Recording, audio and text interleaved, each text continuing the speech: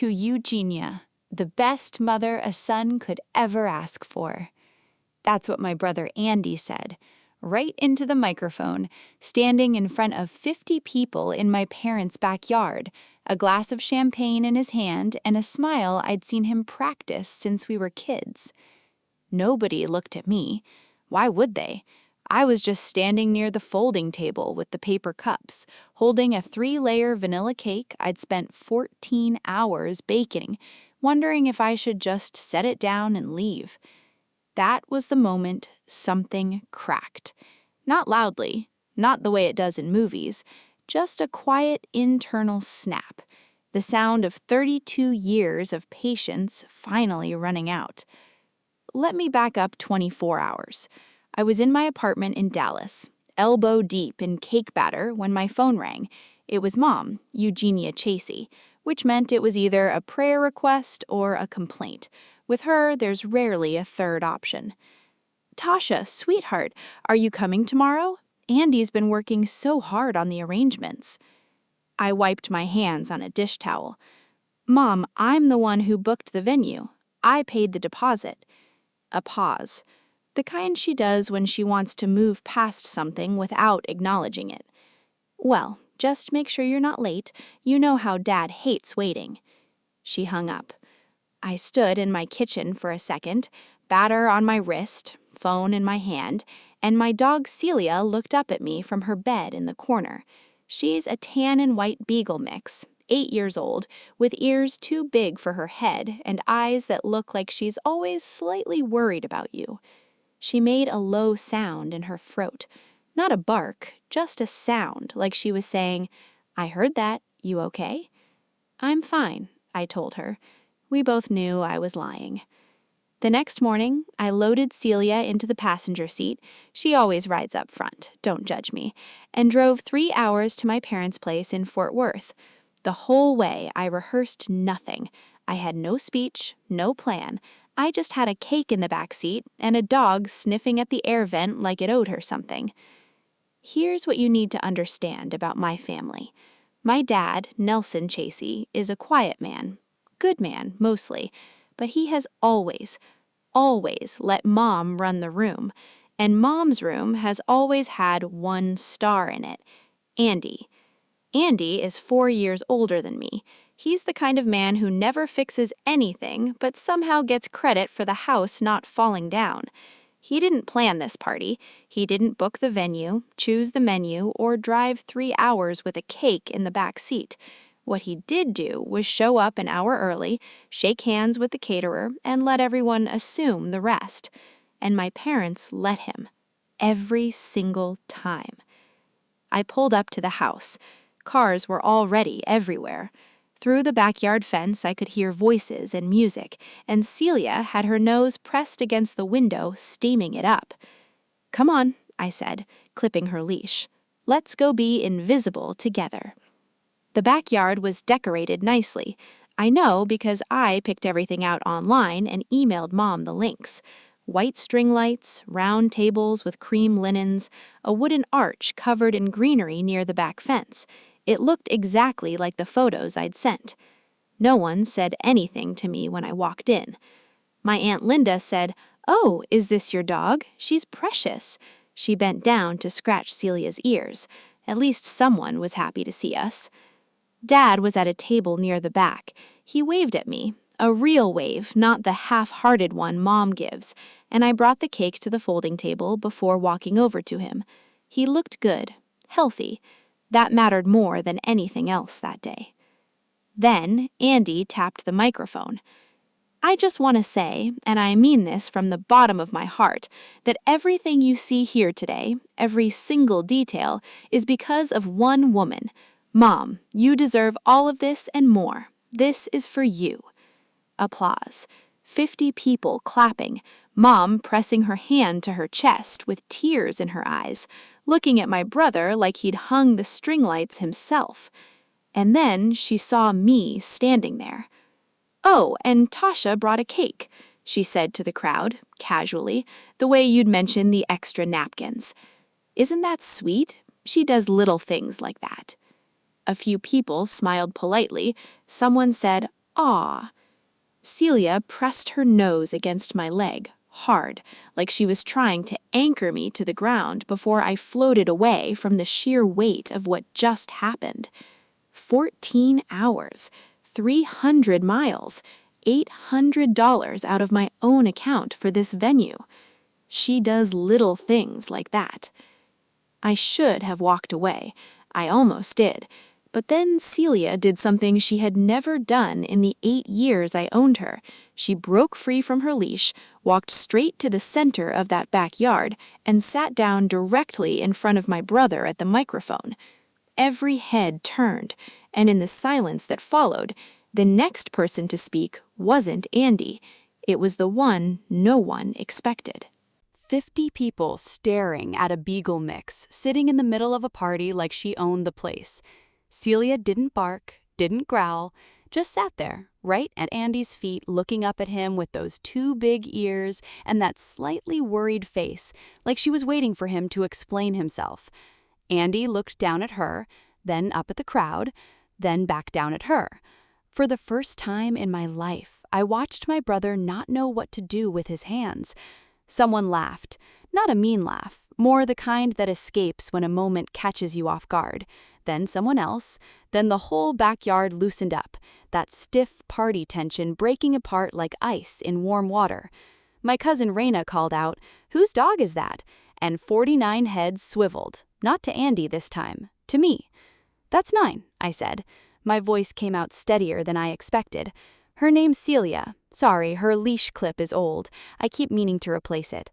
I walked out to the center of the yard, clipped her back up, and stood there for a second longer than I needed to, right in the middle of everything, right where everyone could see me.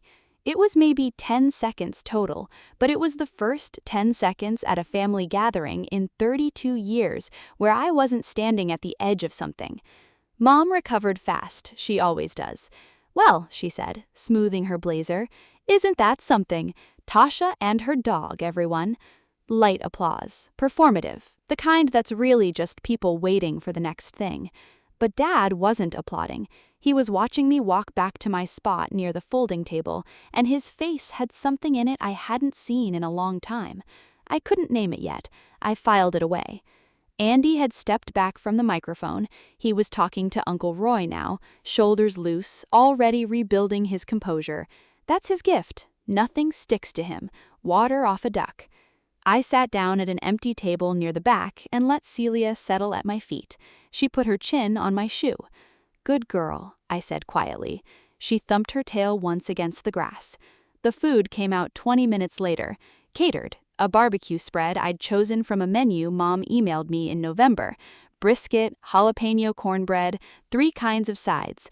I remembered sitting at my desk on a Tuesday night, comparing prices, reading reviews, trying to find something that felt like home without breaking the budget Mom had given me. Nobody knew that either.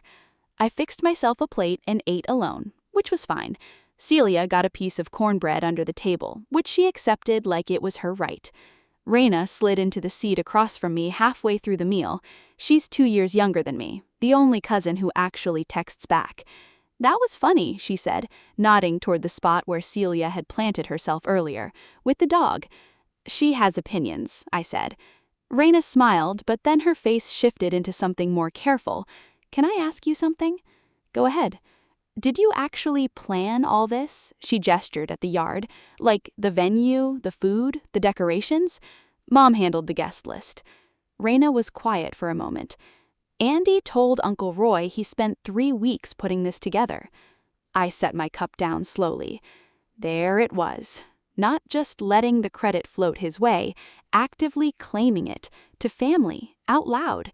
I looked across the yard to where Andy stood, laughing at something Uncle Roy said, hand on the older man's shoulder, the picture of a devoted son. Celia lifted her head from my shoe and followed my gaze. I don't know what dogs actually understand, but in that moment, she looked at Andy the same way I did, with a long, flat stare that said absolutely nothing and everything. "Tasha," Raina's voice was low, "you should say something." "I know. To your mom, to Dad, to someone." "I know, Raina." She reached across and put her hand on mine. You've been doing this your whole life, carrying things and letting other people take the pictures in front of them." I didn't answer, because she wasn't wrong, and I didn't have a defense that sounded like an excuse. After dinner, Mom gathered everyone for cake. My cake, the one I'd baked from scratch the night before. 3 layers, vanilla bean, cream cheese frosting, Dad's favorite since I could remember. She set it on the center table without a word about where it came from. "Andy, sweetheart, do you want to cut it?" Andy picked up the knife. I watched my brother cut my cake while 50 people smiled and took photos, and I sat with my hands folded in my lap and Celia's chin on my foot, and I made a decision. Not a loud one, not a dramatic one, just a quiet internal door closing on a version of me that would have swallowed this and driven home in silence. I was going to say something. I just needed to pick the right moment. I didn't get to pick it, because right then, Dad stood up from his chair, slowly, the way he does when his knees are bothering him, walked past Andy, past Mom, past every table of relatives, and stopped in front of me. The yard went quiet. He reached into his shirt pocket and pulled out something I hadn't seen in 20 years. It was a photograph. Small, worn at the edges, the kind that's been folded and unfolded so many times the crease has gone white. Dad smoothed it once with his thumb before handing it to me without a word. I looked down. It was me, maybe 9 years old, standing in the driveway of our old house on Mercer Street, holding a ribbon. First place. A science fair ribbon I hadn't thought about in decades. I remembered that day. Mom had been at Andy's baseball games. Dad had driven me to the fair alone, waited 3 hours on a metal folding chair, and when I won, he'd lifted me off the ground like I weighed nothing. I looked up at him. "I've been carrying that in my pocket for 2 weeks. Found it in a box when your mother was reorganizing the closet." The yard was dead quiet. I don't know why I kept it on me. I think I needed the reminder. His voice didn't shake, but his jaw was tight the way it gets when Nelson Chasey is working hard not to feel something in public. "The reminder of what?" I asked.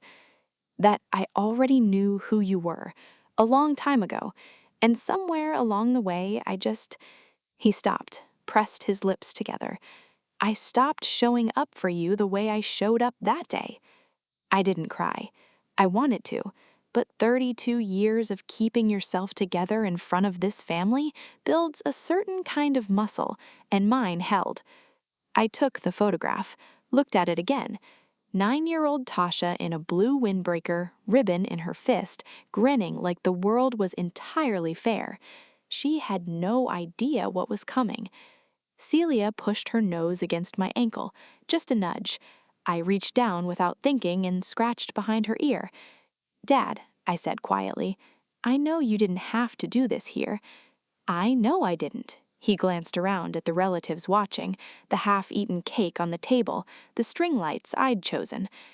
"But I think I've been doing things privately for too long, thinking things without saying them. That's how we ended up here." Across the yard, Mom stood very still, not performing this time, just watching her husband stand in front of her daughter and say the thing neither of them had ever said out loud. Andy hadn't moved either. He was still holding the cake knife, and he looked, for the first time I could remember, genuinely small. Uncle Roy cleared his throat somewhere behind me. Someone's kid started fussing and was quickly hushed. The whole yard felt like it was holding one long breath. Dad sat down in the empty chair beside me, not at his seat at the head table, here, at the back table by the folding chairs and the extra napkins. "Tell me something," he said, like we were the only 2 people there. "The venue, the food.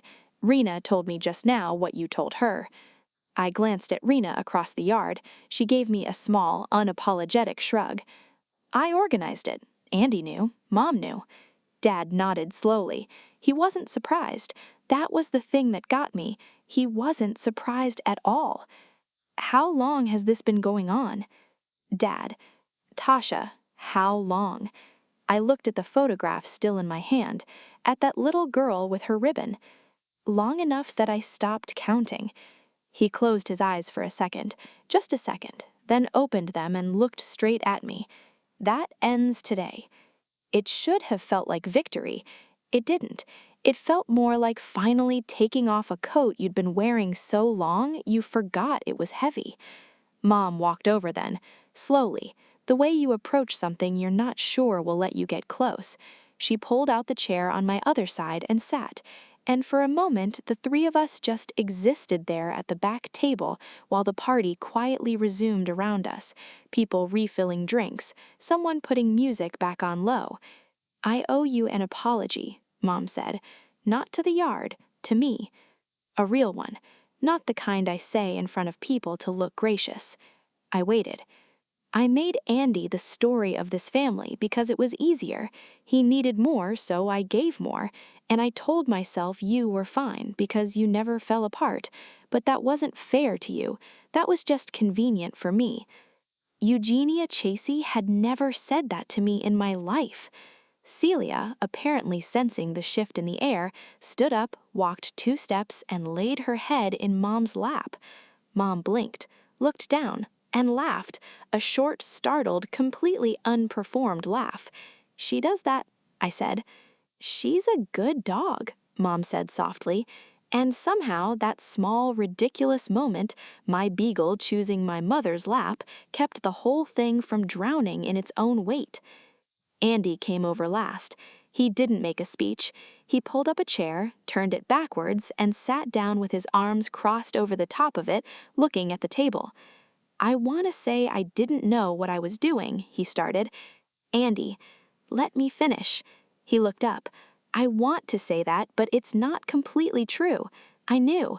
I just didn't stop it because stopping it meant giving something up, and I was selfish." He said the word like it cost him something. "I'm sorry, Tasha. Not in front of everyone. Just to you." The yard was doing its own thing now. Nobody was watching us anymore. It was just the 4 of us at a back table in the golden late afternoon light with a beagle settling back onto my feet like she'd decided her work here was done. I looked at my brother, my dad, my mom. "Okay," I said finally. Not "it's fine," not "I forgive you all right now in this moment," just "okay." A door left open instead of slammed. It was the most honest thing I could give them. I thought that was the hardest part. I was wrong, because when I got up to leave an hour later, I checked my phone, and there it was, a post, already live, already spreading. Andy had written something about the party, about me, and it wasn't an apology. I read it twice, standing in the driveway, keys in my hand, Celia sitting on my foot because the grass was wet and she has opinions about wet grass. Andy's post, public, 240 words. The headline of it, and I use that word deliberately because my brother has always known how to write for an audience, was this: "Tonight I watched my family come together and I'm reminded why I do everything I do. Grateful for a mother who sacrificed, a father who leads with grace, and a sister who shows up in her own little way. Family first, always." Her own little way. 240 words, and that's the sentence he chose. After everything that happened at that back table, after sitting backwards in that chair and saying, "I'm sorry," to my face. 40 minutes. That's how long it took him to reframe the entire afternoon into a story where he was still the center and I was still the footnote. I stood in that driveway for a long time. Long enough for Celia to give up on my foot and go sniff the base of my parents' mailbox instead, long enough for the string lights in the backyard to flicker on automatically as the sky went dark. Then I got in the car. I didn't call anyone, didn't text Rena, didn't go back inside. I just drove. Fort Worth to Dallas is 3 hours of flat highway and radio static and your own thoughts whether you want them or not. I had the window cracked and Celia was in the passenger seat, chin on the door panel, ears pushed back by the wind. For the first hour, I was just angry. Clean, simple angry, the kind that doesn't need an explanation. For the second hour, I started thinking, not about what Andy did, about what I was going to do. Because here's the thing nobody tells you about being the quiet one in a family. After a while, the quiet stops being a personality trait and starts being a permission slip. A permission slip you signed without reading that says, go ahead, take the credit, minimize the work, write the post, she won't say anything. I had been handing that permission slip out my whole life, and I was done. I got home a little past 10, poured a glass of water, sat at my kitchen table with my phone in front of me, and Celia circling twice before dropping onto her bed in the corner, watching me with those worried eyes. I know, I said. She put her chin on her paws. I opened my phone, went to Andy's post, read it one more time. Her own little way. I typed my comments slowly, not in anger. Anger makes you sloppy. I typed it the way I write anything important, clearly, with the specific details that cannot be argued with, and without a single word I'd need to take back later. Hi, since this post is about family, I want to add some context. The venue was booked by me in November. The deposit was paid from my account. The menu was selected by me after 2 weeks of research. The cake was baked by me from scratch the night before. I'm glad the party came together well. It was a good day. But I think our family is working toward honesty right now, and that has to include the small details too. Love you, Andy. I read it back once. Then I posted it. I put the phone face down on the table.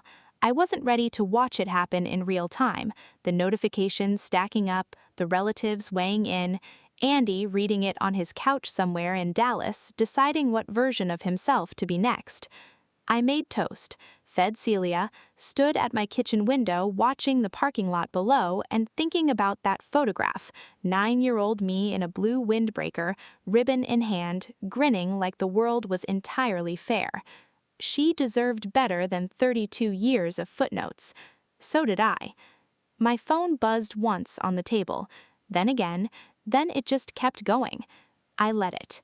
It was Rena who called first. I picked up because Rena doesn't call unless something has actually happened. Tasha. Her voice was strange. Not upset. Something else. I saw it. I said. Andy responded. I closed my eyes. What did he say? He didn't say anything. A pause. Andy. I opened them. The whole thing, Rena continued. Everything gone. And then, she stopped. Rena. He posted something new. I picked up the phone with both hands and found it. A new post. No photo this time, just words on a plain background, and the first sentence made my chest do something I hadn't expected. It didn't make me angry, it made me want to sit down. Andy's new post read like this. I need to correct something. The party tonight, the venue, the food, the decorations, all of it, was organized and paid for by my sister Tasha, not by me. I didn't plan a single thing. What I did was stand at a microphone and let everyone believe I did, and then I wrote a post that made it worse. That's not a mistake. That's a choice, and I made it. Tasha, I'm sorry. Not in the comments. To your face, tomorrow, if you'll let me. Andy. 4 sentences. No performance. No careful wording designed to make him look humble while still looking good. Just the thing said plainly. I sat down on my kitchen floor. Not dramatically. My legs just decided that was where we were doing this. Celia was off her bed in about 4 seconds flat, pressing her whole side against me like she was trying to share body heat. I let her. The comments came fast. 300 in the first hour. I didn't read most of them. I read enough to know the shape of it. The surprise, the anger on my behalf from people who didn't know us. The quiet ones from relatives who did. Aunt Linda wrote, I always knew. I should have said something years ago. I'm sorry, Tasha. Uncle Roy wrote nothing, but he shared the post, which, from Roy, was a statement. Mom called at 11:15. I almost didn't pick up. Then I thought about her sitting at that back table, Celia's head in her lap, laughing that small, startled laugh, the most unguarded I'd seen her in years. I picked up. "I saw it," she said. "I know." A long pause. Not the kind she uses to redirect, the kind where she's actually thinking. "I called Andy after. I want you to know that. I called him and I told him that what he posted, the first one, was not acceptable, and that the second one was the right thing to do, but it doesn't erase the first one." I leaned my head back against the cabinet. "You called him tonight?" she asked. 20 minutes ago. Eugenia Chasey, who had spent 32 years smoothing things over, had called her son at 11 o'clock at night to tell him he was wrong. "Thank you, Mom," I said, and I meant it without conditions. Dad texted at midnight. No call. Dad has never been a phone call person, which is something we actually have in common. The text said, "That photo is yours to keep. I have the memory. Proud of you, baby girl. Get some sleep." I set the phone down on the kitchen floor next to me and looked at Celia. She looked back. "Okay," I said. "We're okay." She licked my hand once and went back to her bed. That was enough. Andy showed up the next morning at 9:15 with coffee and no excuse. He'd driven from his side of Dallas in Sunday morning traffic, which for Andy is basically a grand gesture. He handed me a cup through the doorway and didn't try to come in until I stepped back and let him. We sat at my kitchen table.